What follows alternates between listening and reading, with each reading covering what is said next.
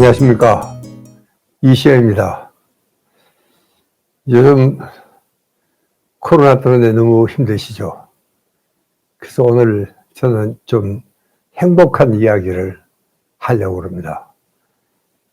행복 호르몬의 정체가 세로토닌이다. 이건 아마 많은 시청자분들이 이해하고 계시리라 생각이 듭니다. 여러분, 보통 파랑새 그러면 어떤 이미지가 떠오릅니까?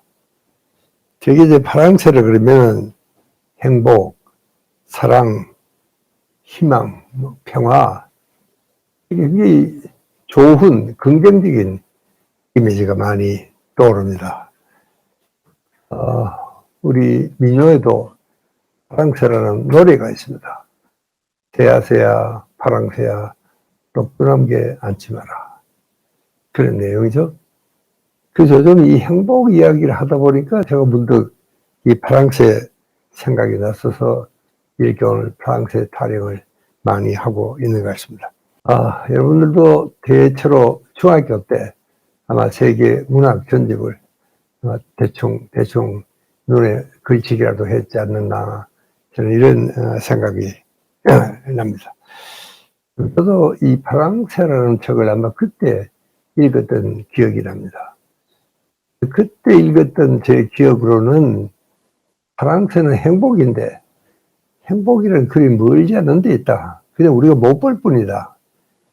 대충 그런 내용으로 생각하고 있었습니다. 그래서 이번에 제가 이 파랑새 행복이라는 원고를 준비를 하면서 천사 파랑새라는 그 소설을 다시 한번 읽어볼 수밖에 없겠다. 그리고 이제 책방을 갔었습니다. 그런데 제가 막상 찾아보니까 저는 깜짝 놀랐습니다. 와, 첫째 그렇게 두꺼워요. 저는 뭐 굉장히 얇은 가벼운 책인 줄, 소설책인 줄 알았더니 그게 아니고 굉장히 두꺼운, 더구나 이것은 연극 시나리오입니다. 이게 소설이 아니에요.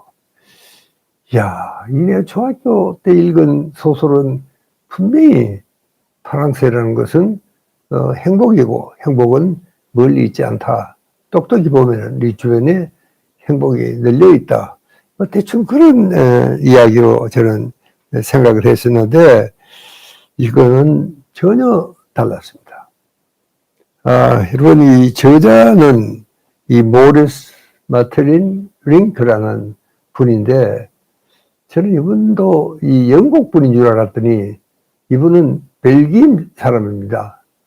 그러면서 유명한 참 소설을 썼는지 이 양반은 1911년도 노벨상까지 받은 대단히 유명한 분이 쓰신 이런 희곡이었습니다. 연극은 이렇게 시작이 됩니다. 참 가난한 남매가 살아서요. 이름도 뭐 고약합니다. 이 여동생은 미치루고 오빠는 찌루 그런 묘한 이름을 가진 남매가 있었는데 그 앞집에는 굉장히 부자입니다. 근데 이게 크리스마스 이브가 되었습니다. 그 앞집에는 뭐 참 아주 크리스마스 이브 디너를 멋있게 이제 차려 놓고는 사람들이 그냥 이야기만 하지 먹지를 않는 겁니다. 이 배고픈 남매에게는 정말 저걸 왜 안 먹을까? 여동생이 그렇게 묻습니다. 그렇게 오빠가 참 힘없이 답변하기를 뭐 배가 안 고파 그렇겠지. 그런 이야기를 서로 주고받으면서 참으로 서글픈 이런 크리스마스 이브를 맞게 되는 장면입니다. 그런데 참 다행히도 고맙게도 이 요술 할머니가 나타나요. 그래서 이에 꿈에 이 남에게 하는 이야기가 너희들이 파랑새를 찾아오면 너희들 소원대로 다 들을 수 있게 그렇게 해주겠다. 그 이야기를 합니다. 그래서 이 남매는 온 세상을 다 돌아다닙니다. 파랑새를 찾으러. 그런데도 파랑새가 없습니다. 그래서 참 지치고 피곤하고 이제 집으로 돌아왔습니다. 그랬더니 저 집 한 구석에 아주 낡은 새장에 참 하찮은 새가 있었는데 그 새를 자세히 보니까 차츰차츰 파랑새로 변하는 겁니다. 아, 여기 있었구나. 깜짝 놀랐죠. 그리고 이제 이 참 남매가 새를 그저번에서 이제 이웃집에 다리가 불편한 소녀가 있었는데 그 파랑새한테 이야기를 하니까 다리가 걷더니 나섰어요. 아, 얼마나 행복하고 멋있겠습니까? 그러고 있는데 앞불사 이 파랑새는 그 열린 창문을 통해서 하늘 높이 날아가 버렸습니다. 여러분, 그 남매의 심경이 어떻겠어요? 아, 어떻게 이럴 수가 있을까? 저도 보면 그게 행복이라는 것은 그렇게 쉽게 있는 게 아니라 그런 이야기 같습니다. 그게 참 그 파랑새는 이 남매의 사랑과 꿈과 희망과 행복을 몽땅 다 저 흑옥으로 날려보낸 이런 참 아주 서글픈 이야기가 되었습니다. 여러분도 아마 그 이야기를 읽으면은 참 잔인하다. 노벨상까지 받은 분이 어떻게 그렇게 잔인한 이야기를 했을까?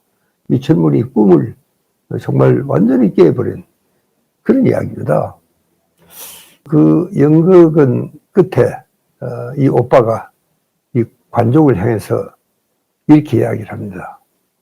여러분, 우리에게는 그 파랑새가 정말 필요합니다. 여러분이 혹시 다니시다가 그 파랑새를 보거든 꼭 저희들한테 돌려주십시오. 참 아주 힘없이 하소연하고 이제 연극은 끝납니다. 끝나고 난 후에 이야기가 참 복잡합니다. 여러분, 결국 이 작가가 하고 싶은 이야기는 행복이라는 것은 그렇게 쉬운 것도 아니고 그냥 길에 굴러다니는 것도 아니고 공짜도 아닙니다.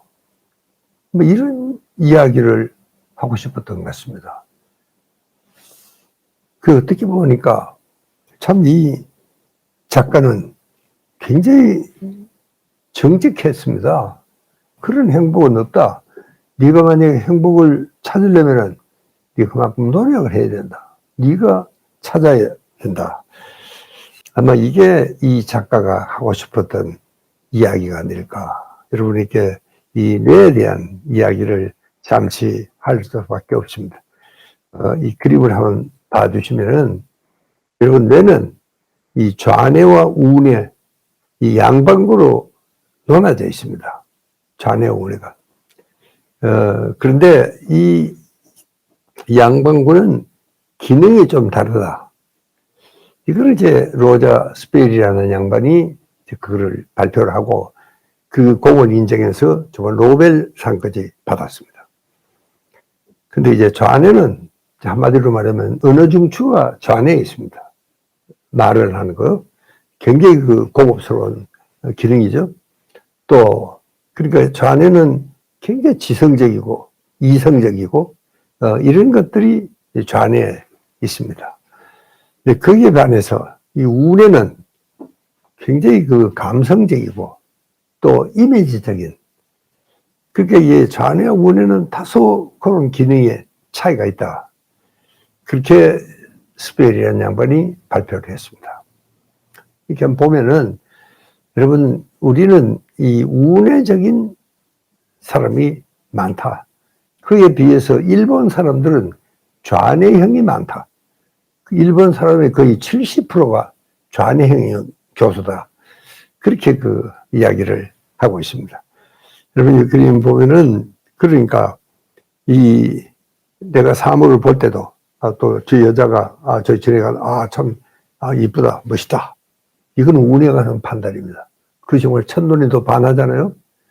그런데 사귀다 보니 이 여자가 이게 속이 좀 비좁고 전혀 융통성이 없고 꽉 막혀서 이것은 좌뇌가 하는 판단입니다.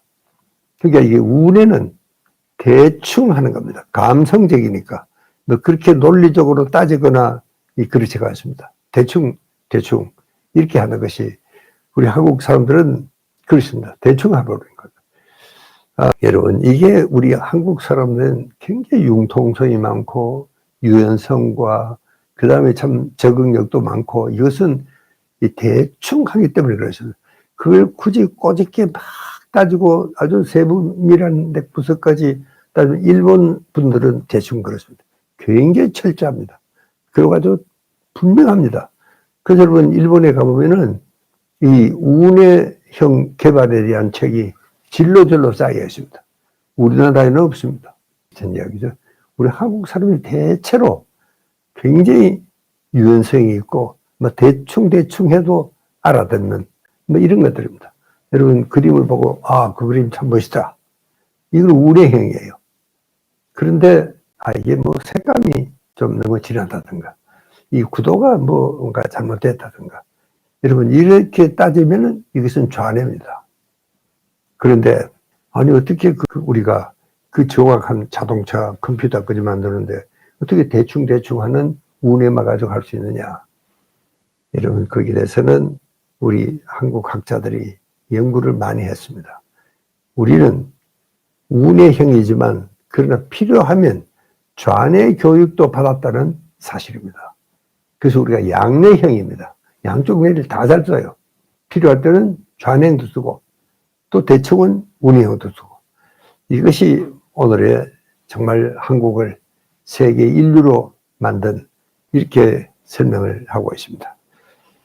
자, 여러분 제가 다음에 요 양뇌형에 대한 이야기는 조금 더 구체적으로 하고 오늘은 일단 왜 우리가 창조적인 이런 이야기를 제가 시작을 하면서 그냥 우리 뇌에는 양뇌가 있다는 걸 소개하고 제가 다음 시간에 다시 뵙도록 하겠습니다.